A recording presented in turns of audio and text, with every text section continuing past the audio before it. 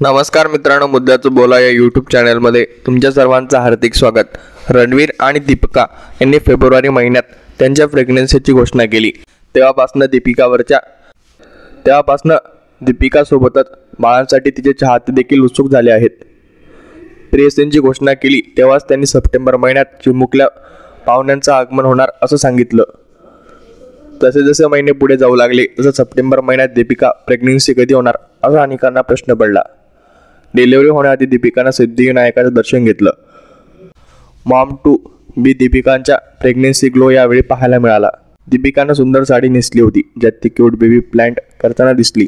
रणवीर नेहमीप्रमाणे तिची काळजी घेताना दिसला. दीपिकानं नुकतेच तिचा मॅटर्निटी फोटोशूट सर्वांसोबत शेअर केला आहे. दीपिकाच्या प्रेग्नन्सी खोटी आहे असं म्हणणाऱ्यांना दीपिकांनी या फोटोशूटमधून सडेतोड उत्तर दिले. दीपिका आणि रणवीर बेबी बमसह रोमॅन्टिक होताना पाहायला मिळाले. रणवीर दीपिकाची खून काळजी घेताना दिसला.